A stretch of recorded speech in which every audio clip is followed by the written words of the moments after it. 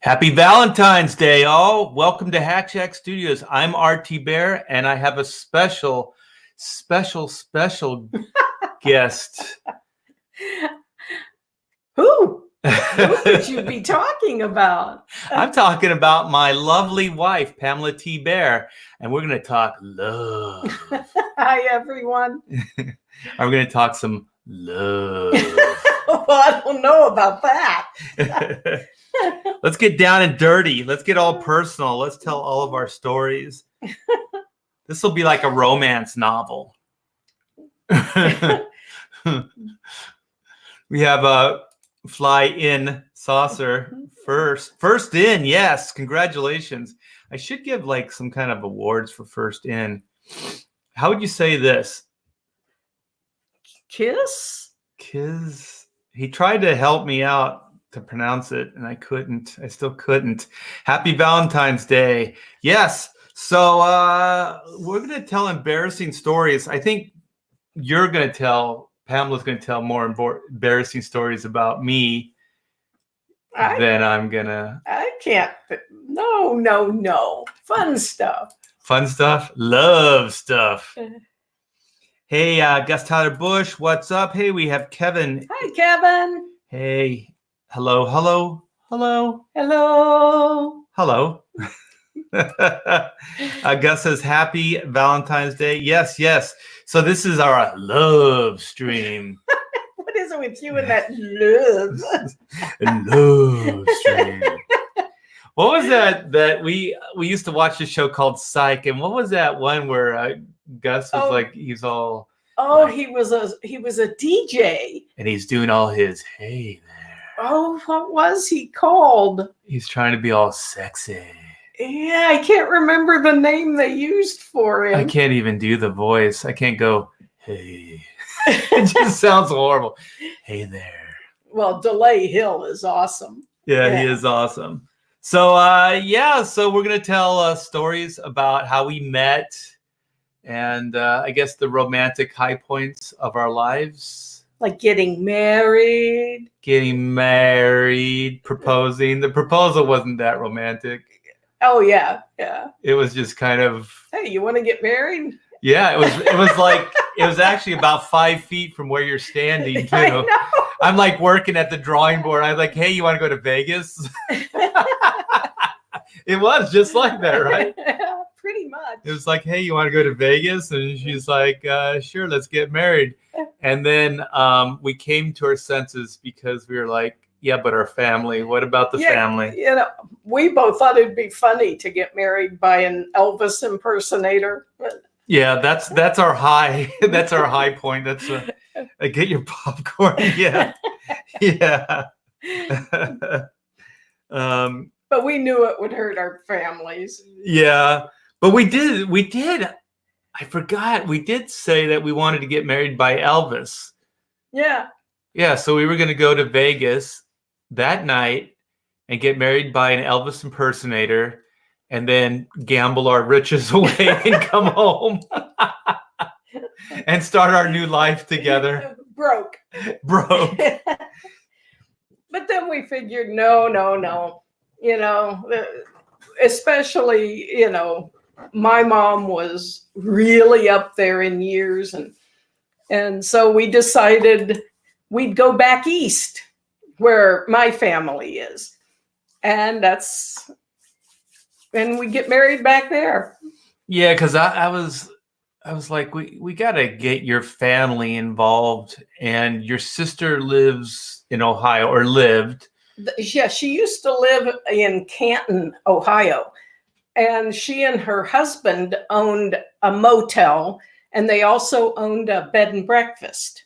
Right. So all of our friends could stay either at the B&B or the motel, and we'd get married. We were going to get married outside in their yard, that great big. Oh, that's right. But It was October, and it was getting cold and rainy. Yeah. So we held it in the B&B, and it was gorgeous. Yeah. So I figured my folks they don't like to fly or travel at all, but They were a little younger, so they could make the trek. But we did not expect what we got, right? Because we had all of our friends came out. Like, they live all over the country. At the time, they lived all over the country. Most of them now live in California. But at the time, they lived in New York, in New Jersey, Florida. Where was your girlfriend's from? New Jersey. New Jersey. Yeah. Yeah. And like my bestest buddy Steph lived in Arizona, and then at the last minute she couldn't make it. Right. And then we even because I think John still lived in Connecticut, right? I think John so. Peterson. I think so. Yeah. And then Barucci was Philadelphia. Mm-hmm. So yeah, it was crazy, man. It was so wonderful. It was so amazing. We just had a wedding. We just held the wedding and people showed up. Yeah, it was crazy because it could not be any better, because we didn't think any of our friends would come. We invited everybody, but we just didn't think everybody was going to make the trek out. And sure enough, they did. And we actually booked the entire hotel or motel, and we booked the entire B&B. Right. Yeah. So it was quite a party, and everybody came in maybe 2-3 days earlier. Right. And then there was your family, which was way accommodating, because they had, because there was your two, I wanted to call them your brothers, but yeah, their nephew, and then your niece. Yeah.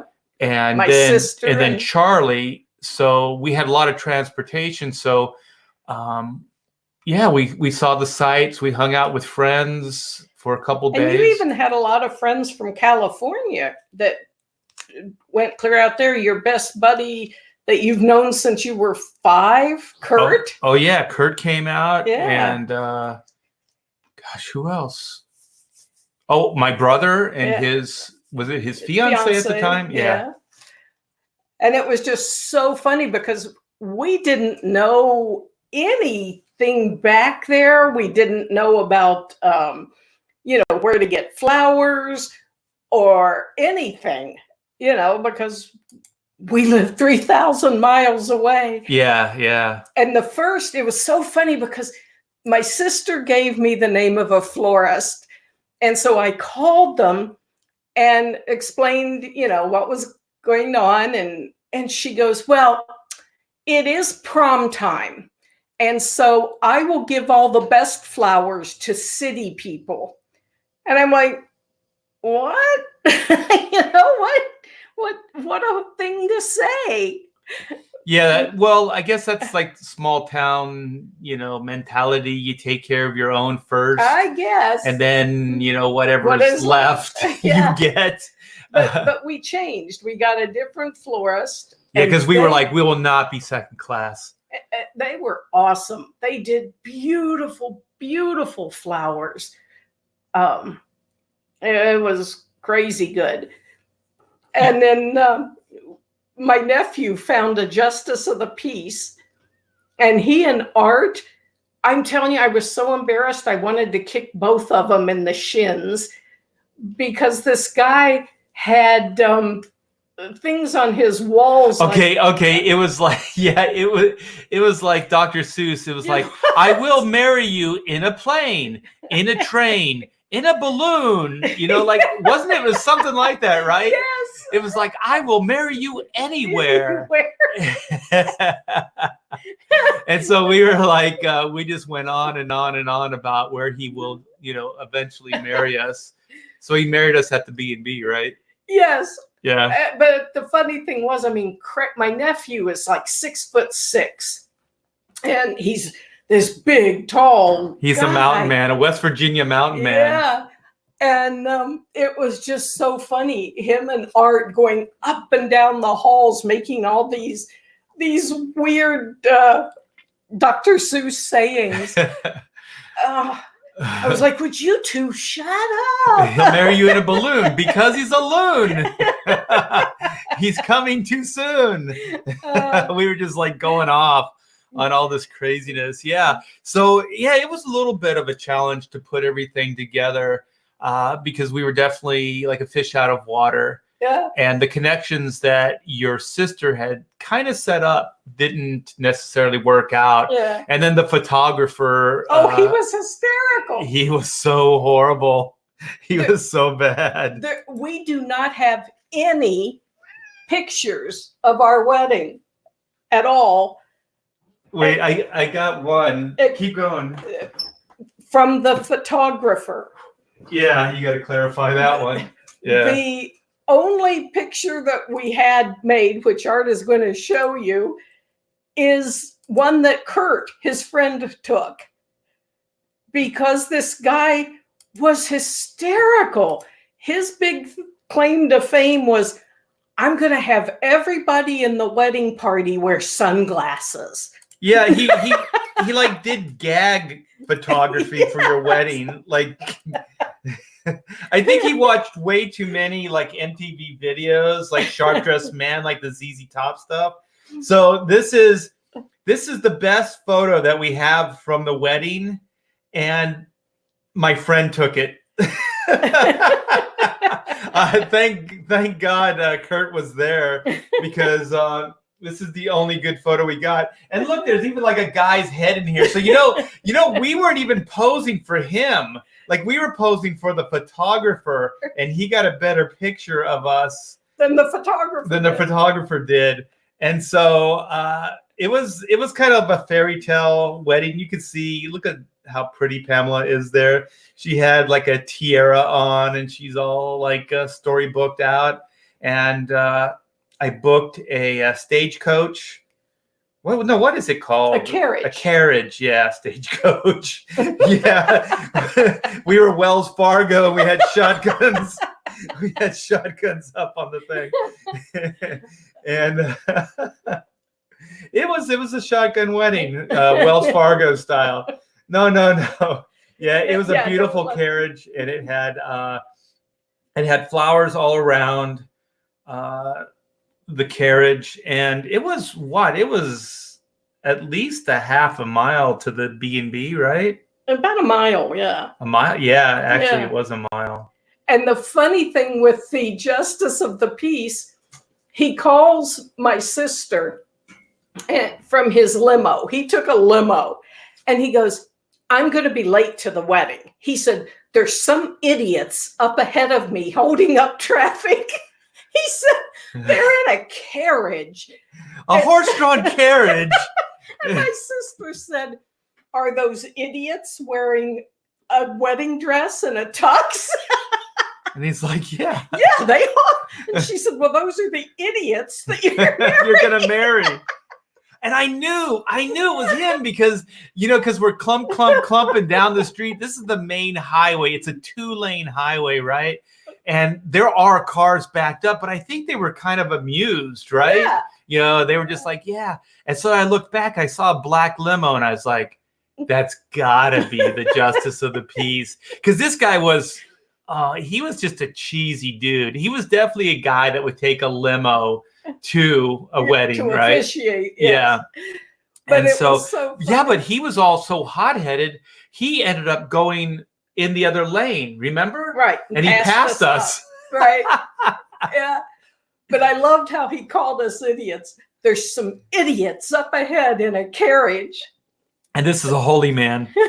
Nah, he was a justice of the peace. He thought he was a holy man. He definitely was partaking in the holy water. Yes, he was drunk. Oh, he was shit drunk, man. He was reeking drunk. We gave him his boutonniere, and he put it on backwards. I handed him his boutonniere, and he was putting it on. It wasn't it. The flower. It was facing. Yeah, it was facing his shirt. And I've mentioned here, I got like a twisted sense of humor, so I did not correct him. So we have pictures of this guy marrying us with the boutonniere like facing his lapel. Yes. And then he kissed my hand, and he slobbered all over my hand. Wait. Kevin says justice of the piss.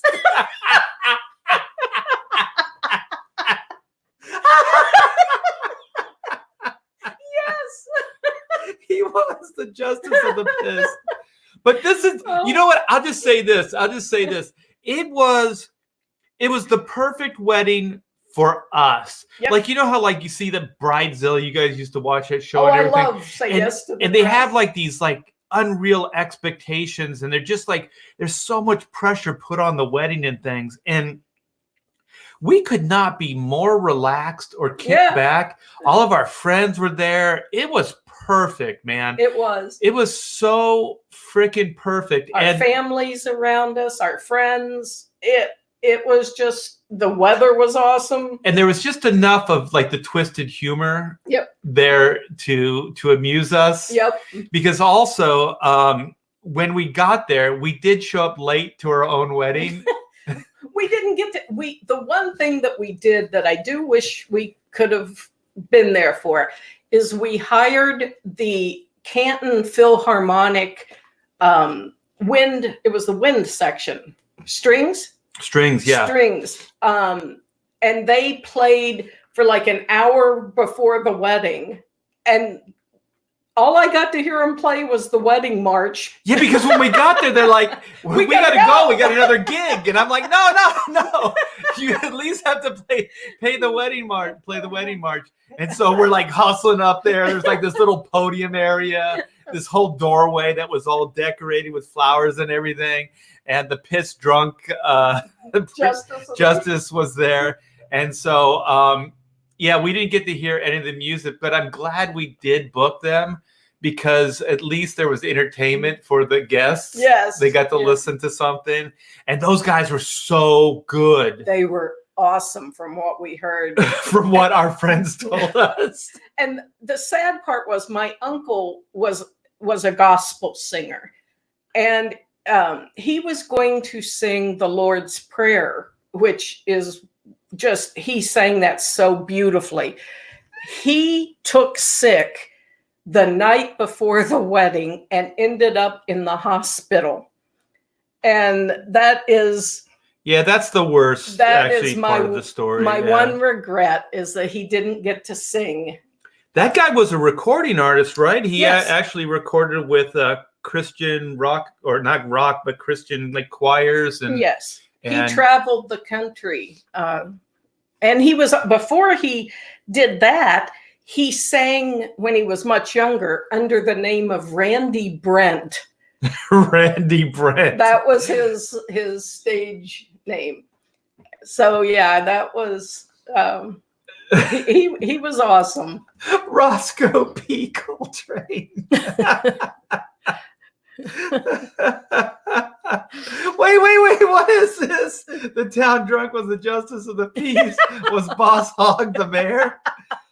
Oh, dude, this I don't know. I can't really bag on that part of the country, but they definitely are a little slower as far as pace. But you know what? I enjoyed it. I enjoyed the change of pace, because I've lived here all my life, Southern California. And so, everything's kind of fast paced here, but it was slower there. And so, yeah, we got married and oh God, you know what? I was cool. You were losing your crap all the way up to the moment we were getting married. Right. You were kind of like, And so I'm the guy like, everything's going to be fine. We'll take our time. We'll get there. And so we get there and then we're getting married. And I look over at my friend Mark Pasilla, who's a comic book artist. He did some X-Men work, and he did that North Star coming out of the closet issue with Scott Lobdell. And I looked over at that big lug of a guy, and he's whelping up. And it's so uncharacteristic for Mark. And I looked over at him, and I started freaking whelping up as well. I won't say I was full on bawling my head off, but it was all I could do was to contain my emotions. So I was lucky that it was towards the end of the ceremony. He had tears. Yeah. And so then Mark came over right after and he just gave me a big old hug. He's a really big guy. So he just like lifted me off the ground and it was awesome. It was so good. And then we we partied upstairs for an hour or so. And they Sue and them did a wonderful meal, and it was a great way to start a life together. Yeah, I thought it was awesome. I mean, it couldn't have been better. And then this is just, it was our wedding. It was set up the way we wanted to do it, right? There was no expectations. Yeah. And then later that night, instead of going off on like some kind of crazy honeymoon, we sat there and we ate pizza with everybody, right? Yeah. Yeah, we just hung out and had beer and just ate pizza and hung out with our friends. Yeah. Yeah, it was great. So that is the story of our wedding. I saw one of the people up here says he's getting married in a couple of months. Where was that? Keep going. He says he's getting married in April. Oh, there it is. Oh, there it is. It's Oscar. Yeah, I'm getting married in April across the country from family and where I grew up. Only a dozen or so people will be able to make it. You know what, Oscar? That's what we thought too. And I don't think anybody really verified they were coming or whatever. They just showed up, right? Yeah. So don't feel badly, because I think you'll find that it's a much more relaxed. And I think one day you'll look back on it and go, that's the best wedding ever. And all those people that were there at our wedding, they're still close friends. Like, they made the trek out, and I think all those people were still really close with. Yeah. Yeah. It was an amazing day. Yeah, it was perfect. It was perfect for us. You know what I mean? Like, it wasn't like a fairy tale wedding, like in a like a book or something. Yeah, like royalty puts on. No. Yeah, but it was perfect for us. We didn't need that. I mean, we enjoyed even looking at the proofs that we never purchased one picture of, because the photographer was consistent. He was always in the back. He got everybody's back of their head. Okay, you know that photo I showed you guys? Like, before we left, we did like a bunch of photo op. It was in a meadow because your sister's like that B&B or what is it? The motel. There's just like all these great pine trees in the back and just green everywhere. And so just flat ground. And so we're taking photo ops before, with the horse and carriage before we got on the road to the B&B. And so I remember seeing him purposefully running to the back of the key shot. This guy's running. He wasn't walking. He was running with his camera to the back of the carriage. I could not believe that. We got great pictures of the horse's rump. Oh, we got all kinds of major pictures of the backs of everything. Yeah, this guy could not get a good shot if he had to. Like, if you gave that guy $1 million, if you gave the guy $1 billion, he could not get a good photo. I don't know how he got those photos that we saw in his portfolio. I don't. Well, I bet you Kurt took them. Sunglasses. I bet you Kurt took them. And then remember, John Peterson he looked like a secret servant, a Secret Service agent, because there were people all along the way telling Sue and Charlie, they're at this point. And John Peterson was running in his suit, and he looked like a Secret Service. Oh, agent. Was it? Did we have video or no? That was. It had to be video because you could see him running, right? It was so funny because it's a small town, so there were friends of ours that were in various places in the town up the road trying to get because they knew that we were running late, and there were no cell phones back then. Yeah. There was nothing, so we couldn't say, hey guys, we're running late, we're here. And so they were like probably all the way to the edge of the town, right? And so I think John was the first guy, and so he ran all the way along with the carriage as it was as it was going through the town, and there's video shot. You just see him running, along, and it looks like some kind of JFK, kind of like royalty thing. Yeah. Or what would that be? Princess Di. Yeah. So what is this? My wife and I took off to the Key West and got married. 200 to weddings. What is it? To go to Key West and everything. Yeah. It was taken care of. Yeah. I mean, it doesn't. And that's the thing is, man, it was our friends. And family that were around us. Because even your sister that you hadn't seen in years baked the cake and showed up. Yes, she did. Yes. Shirley? My sister Shirley would bake the cake, and it was like a 3 or 4 tier wedding, and she had real flowers cascading down it. It was absolutely gorgeous. Yeah, and she brought it, and she didn't even stay for the wedding. She just she had something that she had to do. So her health wasn't really good at that point. She dropped up the cake and gave us hugs. And she lived in Maryland, so she brought the cake all the way from Maryland to Ohio. And your mom came from West Virginia. Yeah.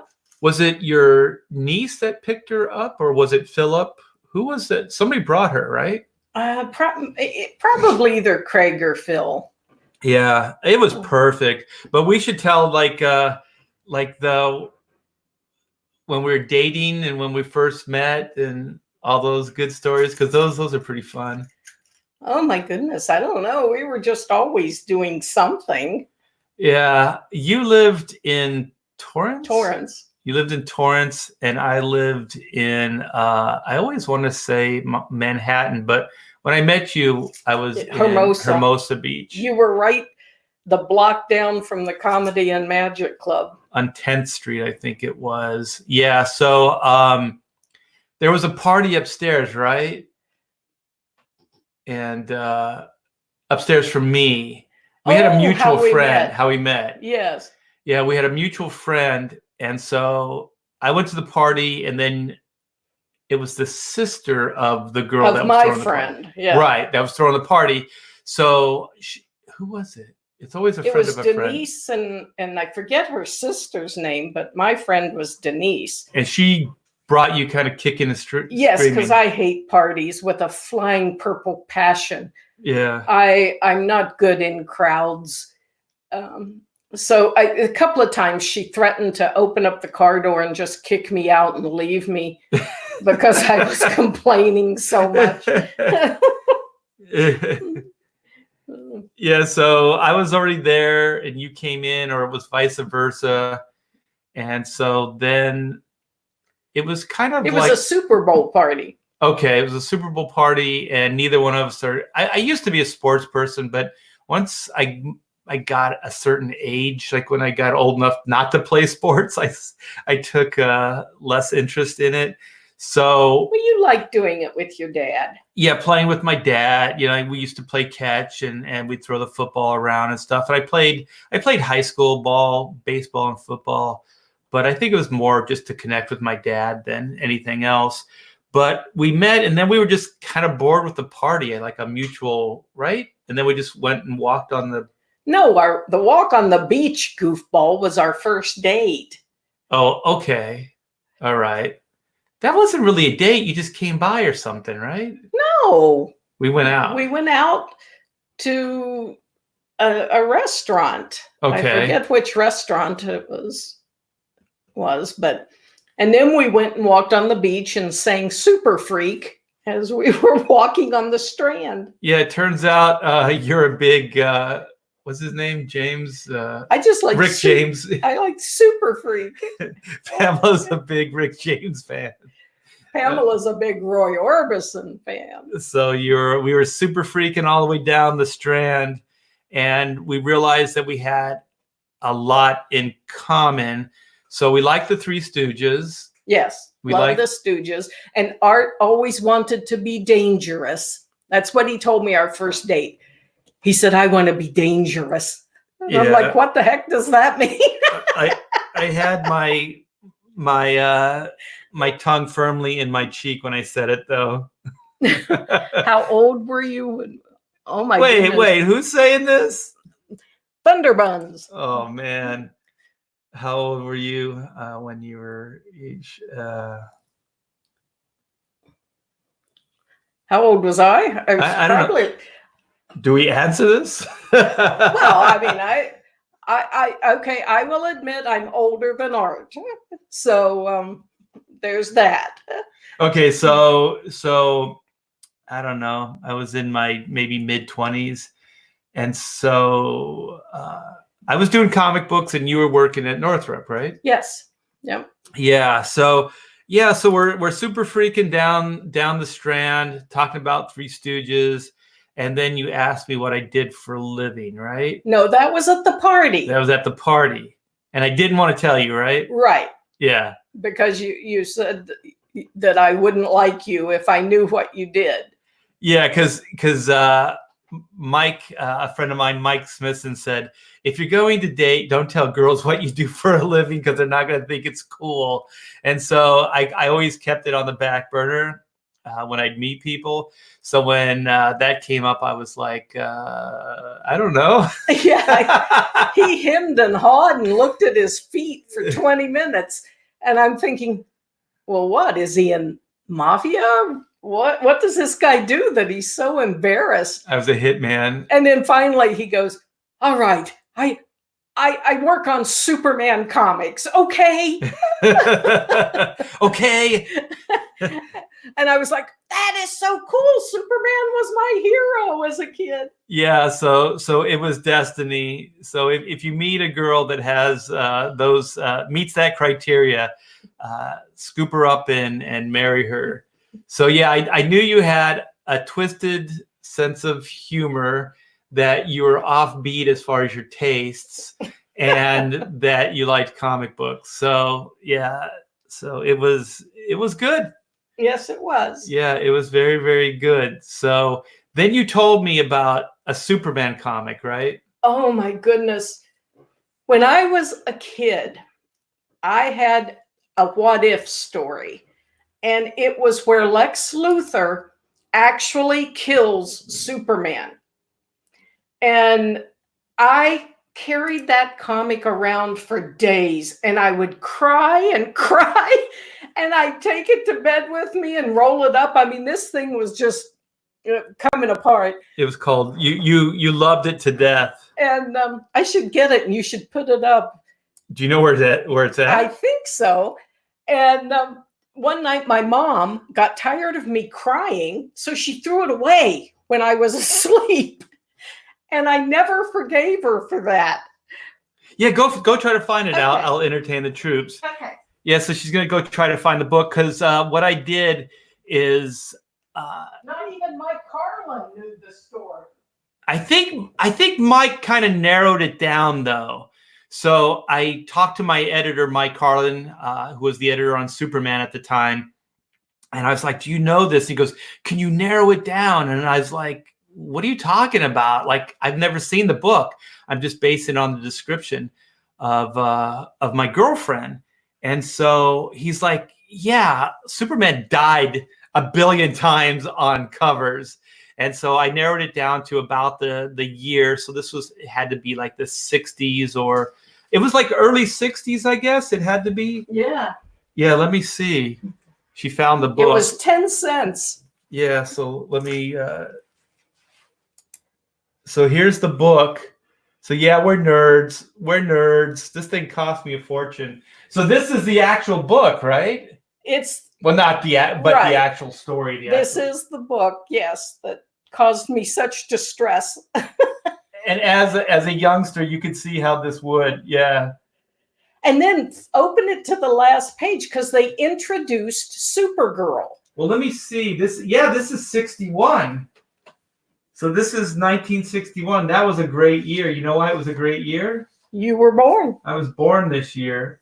So this wow, this thing's falling apart. Yeah, it's old.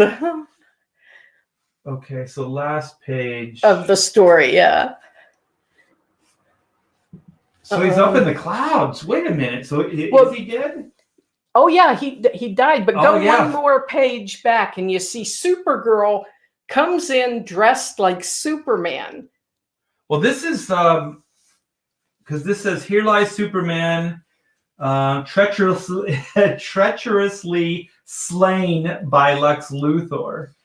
I thought Go to the other that page. is the last page. But no, go one more the other way. This is end of part 3, so I wonder if there was another part. No. There's this part where she comes. Oh, here it is. There it is. And she takes off the head. Yes. She's disguised as him, as Superman. It's the third panel. Yeah. So a disguise is flying off. What? A disguise is flying off. It ain't Superman. It's a girl with superpowers. Thunderbuns once, he said he read that reprint of that story. He says, who drew it? I think it's Kurt Swan. Let's see. Wow. Look at these ads. See many fantastic faces. Stop, look, lick 'em. Ice cream bar. This is what passed for humor back then. That's why I have a twisted sense of humor. So what was this now? Who drew it? Yeah. Who drew it? You know what? I think it's at the back of the book. Let me see. I thought I saw. You know what? It doesn't say. Really? They don't say who does Let me the see. work? Sometimes it's like the third page. There'll be a splash page, but it doesn't. Luthor doesn't say it here. Doesn't say it there. Wait a minute. All 3 parts are in this one story, so it starts off with part 1.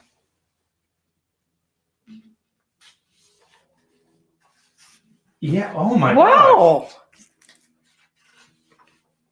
It looks like Kurt Swan's artwork, though. So that's the end of part 1.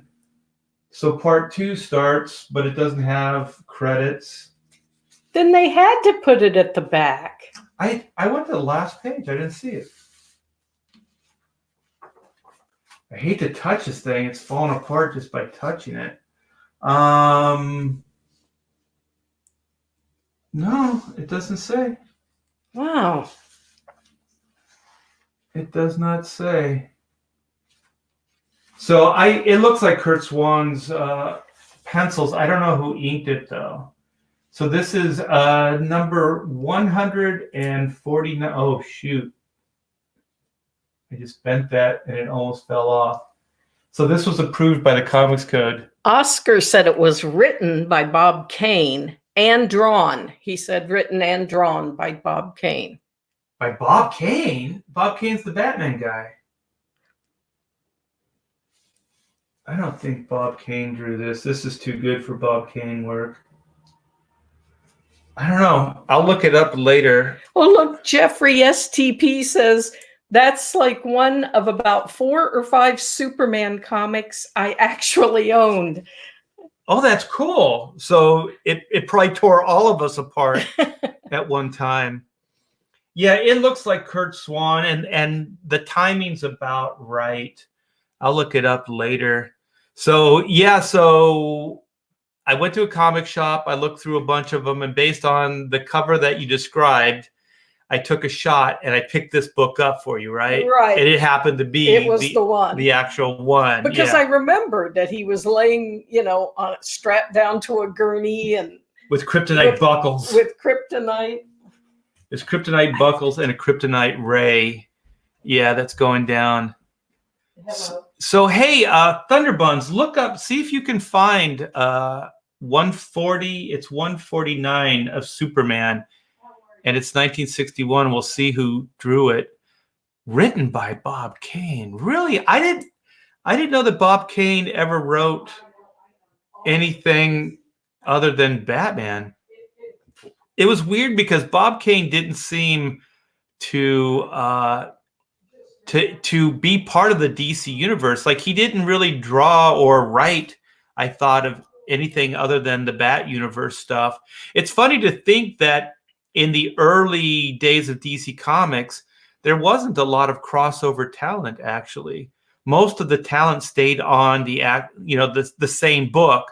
So like Bob Kane and Bill Finger and those guys mostly did just the Batman books. I'm probably talking out of my butt, though, because now that I think about it, I think there were some writers that were crossing over and artists, but not a lot. It didn't happen a lot. Oh, wait. He's joking. It's Kurt Swan and Jerry Siegel. Wow, if that's the case, that's pretty cool, man. I got to ink Kurt Swan, you guys. I got to ink him for a Superman pinup a long time ago, and it was amazing. I wish I had that artwork, but I think it would have went to him, because inkers, if there was only one piece that was inked, then the penciler got it. You only got a piece of artwork, like a cover or pinups, if you did 3. So you got 1 out of every 3 pieces that were done. So a third. So, wow. Man, if I had that thing, that would be a kick. That would be a major, major kick. Inked by George. Oh, cool. You guys are on it. Inked by George Klein. Oh, very cool. The chat has it. It's Siegel, Swan, and Klein. Yeah. Oh, very cool. Thanks. You guys are awesome. You guys are the best. Okay. Jeffrey STP says he was the original owner, and I was not a big Batman Superman fan at all. Yeah, you know what? Like, I can honestly say I wasn't a big Superman fan either. I like some Superman storylines. I like the idea of Superman, but even when I was a kid, I wasn't a big Superman fan. I think I liked more of the street level characters, like Batman, the detective types, the fighter, street level types. So I wasn't that big on that. Oh yeah. Oh yeah. It's the top of the Daily Planet building. So that, you know how they had the big planet on top of the roof, and then it had in a circle, kind of like Saturn, it said the Daily Planet around it. And it was like looking down on that, the building and that planet. And it was Superman kind of holding Lois Lane's hand, and they were standing on top of the Daily Planet planet, I guess. And that was pretty darn cool. Yeah, I'm thinking back, and that was pretty insane. Yeah, that I got to do that. So yeah, there was that. And I'm gonna show you something. So this is a little fun aside here. So I worked up, this is some years ago, worked up a bunch of Valentines with the Chrono Mechanics characters. So from Team 9.2 to all of you, happy Valentines. So for a better look on this, if you go to the Chrono Mechanics website, in the update section, there's all these cards. And if you right click, I think you can download them. So you can download them to your computer, and you can send them to your friends and family. So yeah, this was fun. So did this. And I did them like the old, when you were a kid. I guess they still have these, because when my daughter was young, we bought her a bunch of Valentines. You pass them out to your school friends. We used to have like a box, and it had a little like slit in it, and you could go around the classroom, and you would slide in your Valentine to your friends. And so then this one is Caravaggio. Love is a beautiful thing, like me. Yeah. And it says, be mine. These are kind of low res, so I got to keep them small. So I don't know if you guys have figured it out, but Caravaggio is kind of an ugly dude, but he's kind of a narcissist, so he thinks he's amazing. He's got the cool hairstyle. He's got the great facial hair. He's got the stern bush, which is chest hair, and yeah. So there's Caravaggio. So I have one for each. So this is Doug. Girl, you got a backstage pass to my heart. Happy Valentine's Day. So it's supposed to be saying like a girl, you got a backstage pass to my heart. Yeah. So yeah, I just have fun, you guys. That's what I do. That's my middle name. I just have fun. So this is really, really low res, or I'd blow it up. So it says roses are red, Zen is blue, find the calm inside of you. Happy Valentine's Day. So, Zen is like the spiritual character in Chrono Mechanics. So it's good. It's fun. It's silly. And so this is my favorite. And I admit I did not come up with this. At the time, Taylor Grosso was working in the studio. She had just started. So I was just kind of brainstorming on this stuff, just throwing it out there. And I was like, what could I do for Doug? For Oot. And then she said, clubs and kisses. So I thought that was pretty cool. And so I found this visual. And so Oot here to give clubs and kisses. Yeah, this is my favorite one. Probably because it's violent. I like to hit things. That's why I'm a drummer. I like to hit. So yeah, so these are the Valentines. So like I said, if you go to the Chrono site, in the update section, all these are there. And I believe if you right click them, you can just download them and you can send them off to your friends. So it's a little fun Valentine's Day aside. And so after this this live stream, we're gonna go and we didn't get our daughter anything for Valentine's, and so we were gonna wait till the evening, because in the evening we have like a major blowout, Thibert dinner, like lobster and crab and everything. And so we usually exchange gifts and things then. But like this morning, I had 2 bouquets, and Amanda was with my wife at the time. And I went outside to give, Pamela the bouquets. And Amanda kind of got excited. So I was like, oh no, she thinks that other bouquet is for her. So I still gave them to Pamela because I knew that we were going to give, Amanda something tonight. So what we're going to do after this live stream is, Amanda's working right now. We're going to go to her work and we're going to give her some roses. And so she doesn't feel too bad like her family forgot about her. But yeah, I still can see her face. And she was so happy, and then she was so sad. It was horrible. So yeah, as soon as we're done here, I'm going to do that. So you know what? Pamela's on the phone.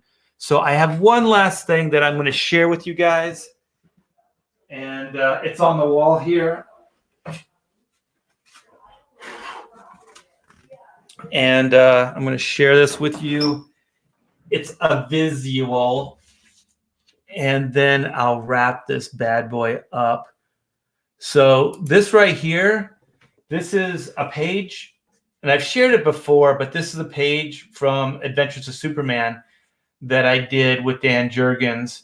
And so this is when we were dating, and it was about that time where, the Superman comic book that I bought her, and, when we first started dating. So I drew Pamela in the page.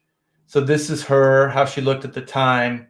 And so this is me, and this is Elvis Presley and Priscilla Presley. So this was all like romantic. So this is Lois telling Jimmy about their engagement, for their wedding. So this is the first time they're telling Jimmy that Lois and Clark are going to get married.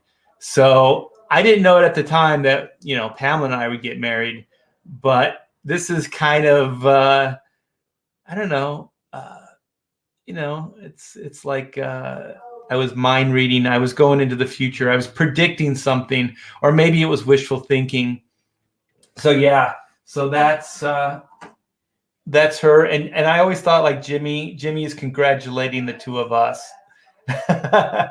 So this just worked out perfect, man. So I'll never ever sell this page.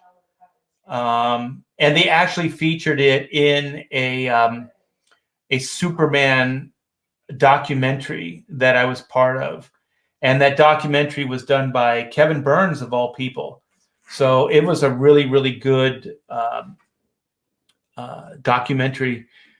If you guys haven't seen it, it's pretty amazing. I think it's called Up in the Sky, and it's very, very cool. Yeah. And then it's like Married in Vegas by Elvis. Yeah, it was almost to happen. Like if we would have just eloped and went to Vegas, this thing would all be complete. Like everything that was eventually going to happen was all in this image, was all foretold in this image right here. So yeah, thanks you guys. You guys have a wonderful, wonderful Valentine's. Be thankful you got somebody. Have fun. Give each other a big squeeze. Go out, spend some money, have a good time. And, gosh, I'm trying to think. I think I've been married now 25 years. So, Pamela, you want to wrap this up? Oh, sorry about that. Oh, no, it's okay. Life happens. So look what I'm sharing right now. Oh, you know what I didn't put together? I didn't put this together. This is the perfect image for our life, because we were dating at the time. And like I told everybody, this was about the time that you and I like this comic book. So this is when we were dating. But look, Elvis is in the image. yes. We almost, went to Vegas and had Elvis marry us. And it's a proposal. Well, not a proposal, but it's showing off an engagement ring to Jimmy. And Jimmy is saying, "Congratulations, guys." Like, it's almost like he's saying it to us. Yep. Yeah. So this actually just kind of encompasses of what was to come. Yeah. So that's pretty cool. And I told everybody in the chat, I'll never sell this. So this will stay in the Thibert vault forever. Yes. So yeah. hopefully Amanda will want to keep it and hand that down generations. This was in that documentary you did, the Superman documentary. Yeah. Could you go over and it should be in that drawer, where I keep my DVDs. It might be actually on top there too. I can show them, because it's not just because I'm it's not just because I'm in this thing, although it is pretty darn cool. But this documentary, even if you're not a Superman fan and you're just a comic book fan, pick this up. It was aired for a long time on the History Channel, but I'm sure you could still find this and buy it. But this is the most detailed documentary on a character I've ever seen. I'll confirm at $5. No, I am not selling this. This is not an auction. There is, although $5. No, absolutely not. My price is $5. Yeah, but this is a great documentary, you guys. So yeah, that piece is in the doc. So let me stop sharing here. And did you want to leave anybody with a mushy, romantic goodbye? I want to wish all of you a great Valentine's Day, and go and hug your spouse or whatever they may be. Give them a big hug and love them up. And we love you guys. You mean a lot to us. So Yes. happy Valentine's Day. Yes. Happy Valentine's Day to all. And yeah, go out, do something, spend some money, have a good time. And I'll see you. I'm not going to do a pontificators tonight, so I apologize.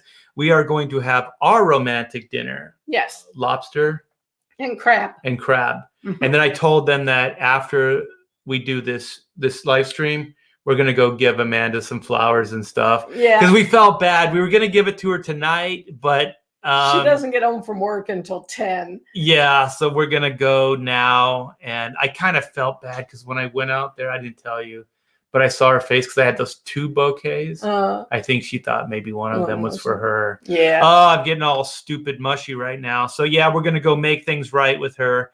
And Albino says smooches. Antonio says, love you too. Yeah, you guys, love you. Have a great day. And we'll talk to you soon. Take care.